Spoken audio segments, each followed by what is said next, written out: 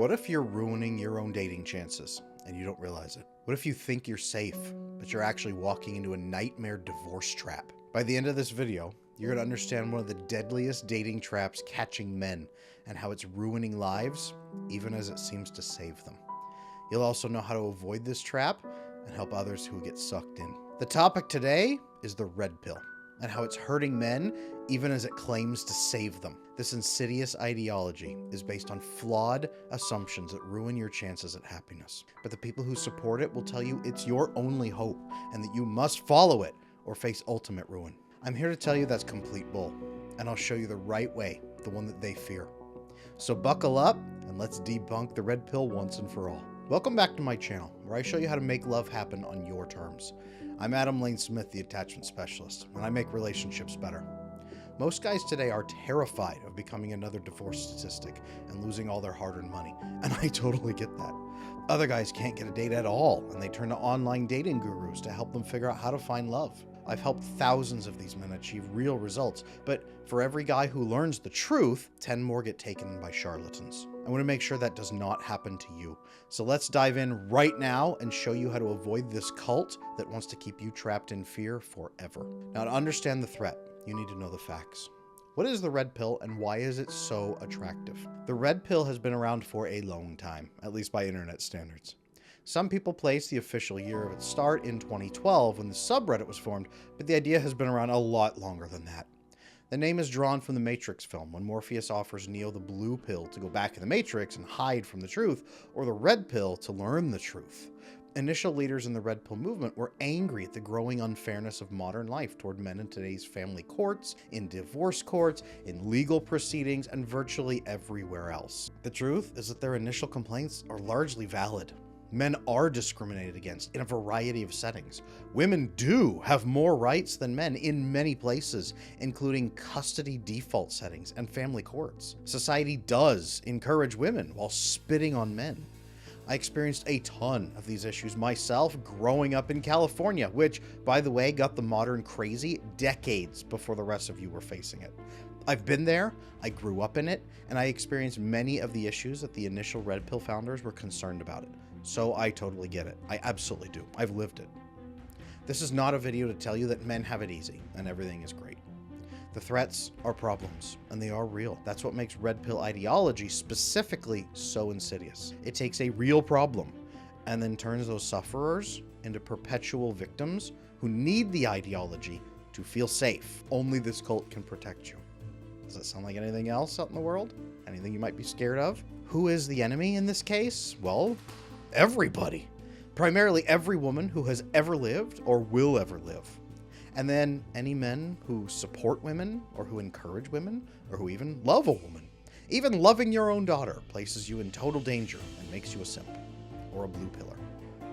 Now, why are women a threat under the red pill ideology? Most often, it's because the founders of the ideology target extreme examples, like women with the harshest personality disorders who abuse others and exploit their own loved ones for personal benefit. These awful women form their image of all women, so the founders claim every single woman on Earth has a severe personality disorder and sociopathic tendencies lurking just beneath the surface. Many of them argue that women are fundamentally incapable of love and that they are more or less sexual livestock who need to be managed and kept. All of this fear springs from what the red pill community doesn't understand: attachment theory. It sounds familiar because I teach it. Men with nice guy tendencies, what we call anxious attachment style, find women with severe problems to serve them and hopefully get their needs met. But these women are fundamentally broken and they will not treat them fairly or faithfully. When these men get hurt, obviously, they find other men with similar stories and they create an echo chamber where everyone they know now has been betrayed by similar sorts of women. In time, they comfort themselves by saying all women are evil. I did nothing wrong. It was women, and that's the reason. And their leaders encourage this. I've met some of the leaders in the red pill community. I know some of them. Behind the scenes, things have not been good and usually are not good. I'm thinking back even 10 years ago, 10 years ago, there was one man named Roosh V who wrote all kinds of articles online about things like this. He has since completely disavowed everything he ever wrote and is going backwards on it and disavows all of this stuff he wrote. Now, Does he disavow maybe the evolutionary psychology pieces? We'll talk about that. But all of this, have endless sex and prey upon people. We'll talk about that here in a minute. But even some of the leaders are realizing that what they've done, absolutely intolerable. Over time, what this fosters in these men who fall into this red pill trap is not healing or secure attachment. What happens is they bring in anxious men and they switch them from anxious attachment style to avoidant attachment style. It makes it so they cannot connect to others, and they pathologically distrust all human beings outside of the cult. This is aimed primarily at women and those who support them, who created those initial wounds. Many of these men are still seething against their own mothers for not giving them the love that these men craved as children. It's attachment. Now, by switching these men from anxious attachment style to avoidant attachment style, the red pill ideology thereby changes the women they're going to attract. Where the anxious men used to pull in women with personality disorders who would control them and then hurt and betray them, these men are now avoidant, and they attract crushingly insecure and approval-seeking women who will do anything to feel loved, and I mean anything.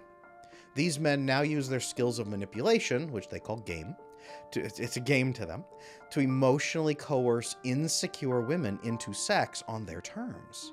They call it spinning plates when the men juggle multiple women at a time, and they use those women's fear of abandonment against them to keep them on the sexual hook.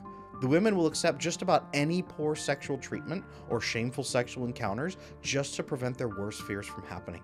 A lot of women who have wild sexcapades, it's usually because they were trying to keep a boyfriend from leaving them, and he pushed them into doing things like this to try to keep her on the hook, or to be the most interesting girl. The race to the bottom to be the most interesting is usually to appeal to avoidant men. And these men use tactics like love bombing to instill chemical hormonal addictions in the women with that oxytocin bonding that preys upon their greatest needs from childhood. You act upon their childhood wounds to continue making them sexually please you until you're done with them, then you throw them aside, find the next woman and injure her. This is how red pill ideology turns weak and injured men into predators who act upon weak and injured women. The goal of red pill is to live a life of total hedonism forever, or at very best to harness these sexual livestock to enjoy your life, get babies from her, and keep her under total control out of fear forever. They're encouraged to run dread game on their wife, where they make her feel she could be abandoned or cheated on at any moment if she doesn't comply with his demands in a timely manner. Fear runs every relationship. And if she shows any backbone at all, these men are told to abandon her in favor of an easier sexual conquest. And they high-five when they do this. The red pill sounds so convincing to these men because parts of it are just basic evolutionary psychology, which is what they began with. It says that our ancestors survived by adapting in advantageous ways. I've taught about this a lot. Social psychology really embraces evolutionary teaching like this. Evolutionary psychology is incredible. It has wonderful pieces that can be included that we can look at and then make sense of human behavior.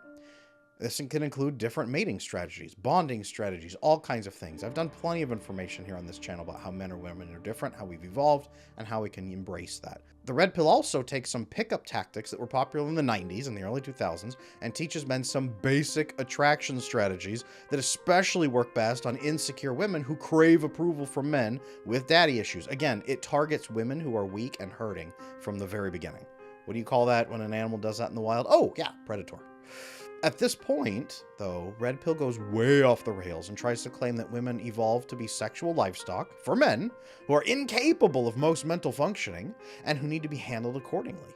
They use terms like hypergamy to say that every woman at every moment is just waiting to trade up to another man and will betray her current mate for the smallest reason. $5 to stab your husband in the throat. Yeah, I'll do it. Without any sense of loyalty or love in any way, shape, or form. The argument is that this hypergamy evolved in women so they could stab their husband in the back without warning and immediately get more resources from another man. Does this sound sociopathic? Yeah, it is. This flies in the face of the reality that the majority of marriages which fall apart are attributed to total emotional neglect on the part of the husband against both the wife and the children, usually from his unresolved avoidant attachment. And usually this takes the form of cheating, affairs, all kinds of things that he'll engage in. I saw this myself for years as a marriage and family therapist, and I even wrote a book on the phenomenon. It's right above my head there. Men who have no idea how emotional intimacy works will spend a decade or more telling a woman she's stupid for wanting emotional bonding. As her kids, together with him, get more and more emotionally damaged from their emotionally neglectful father, she blames him, and her resentment grows. But he just tells her over and over to shut up, shut up, shut up. There's no fix. Stop what you're doing. Stop complaining. When she finally files for divorce after 10, 15, 20 years, he claims he was totally blindsided. And he takes to the internet to claim he's the only real victim here and that she was totally unreasonable. She never even warned me. I told her I was willing to try after 20 years, and she said no. Like I've said, I've written a whole book on this phenomenon. You can find it on Amazon. It's called Exhausted Wives, Bewildered Husbands. It's one of the biggest reasons for divorce here in America. Redpill takes parts of the truth and assembles it with insecure attachment problems to create an ideology that encourages sexual slavery and constant fear. This is the harsh truth, and it's time that we talk about it. Now, a lot of guys who subscribe to Redpill Ideology are watching this right now saying, "Nuh-uh, that's totally wrong," or "Adam doesn't get it," or "Adam's just pretending everything's fine and he doesn't get what the world's really like." And I get that, guys. I understand. Redpill guys are not usually evil. They're usually hurting. They're usually very hurt. They've usually grown up without much love, and this is the closest to love or security or safety they have ever felt. I totally get it. I really do, and I do not hate men who go into the red pill. I totally understand. That said, the guys who are so into it that they will do anything and hurt anybody and make fun of people and destroy lives of people who don't like it. I've had my channels taken down. I've had all kinds, live streams taken down. All kinds of stuff happen from guys who want to collect women sexually like livestock and protect their cult. I hear you too. Kid, sit down and learn. You grew up with problems, and it's okay to feel hurt. But you cannot live in perpetual fear forever that drives you to hurt other people. You cannot use that fear to seize control of others through their wounds. Not on my watch. Now here's what the red pill misses. And here's how the rest of you can avoid this trap. Men who fall for the red pill, they don't start with secure attachment style. Most of them are from families where they never learned how to give or receive love in safety. Maybe they had a single mom who didn't meet their needs, or a weak father who let an overbearing mother drive everyone into the ground. A lot of them were abused by mom as a kid, and now they try to get control over women just to feel safe. Others are just terrified of women and they don't want to be alone, but they can't get a date to save their lives because women smell their fear and avoid them. And frankly, they're in the wrong dating pool because they're dating broken women who want people who will control and hurt them. It's an ugly system. The dating pool, at least the broken one, is really ugly right now. Women are confused, men are confused, and there's an estimated 2/3 of people who have attachment issues now, according to the updated research. The answer is not to embrace attachment problems and become the aggressor. It's to solve your attachment problems and shift from that broken dating pool into the healthy one, where more loving women are looking for a husband to commit to and build a life with. The truth is that most women, even the insecure ones, are looking for love. Most of them cling to the first man they meet and they try to make it work at any cost. We know this through the sheer number of women who stay with domestic abusers or who hold on to dying marriages well past the point of hope.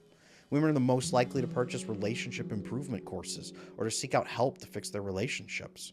They're the most likely to suggest couples therapy or to do their own therapy to be a better partner. My emails and my DMs are flooded with women begging for help to make a relationship work with men who clearly don't love them in the least, but these women are determined to keep him. And it's not because these guys are the cream of the crop. They're not billionaires with 12-pack abs. Most of them are barely functioning losers who offer a middling lifestyle at best, and these women are utterly devoted to them. The truth is that women aren't really the faithless monsters that Redpill Ideology simplifies all of them down to. Not any more than all men are saints, like the red pill seems to claim. The red pill is really a black pill, a fear pill, an obsession with control so that the adherents never have to do the hard work of healing their childhood pain and learning to selectively trust the right people. Now, instead of giving into this fear, fix your attachment. Get secure. Learn the trust levels, the 4 levels of trust, and how to select the right people to open up with.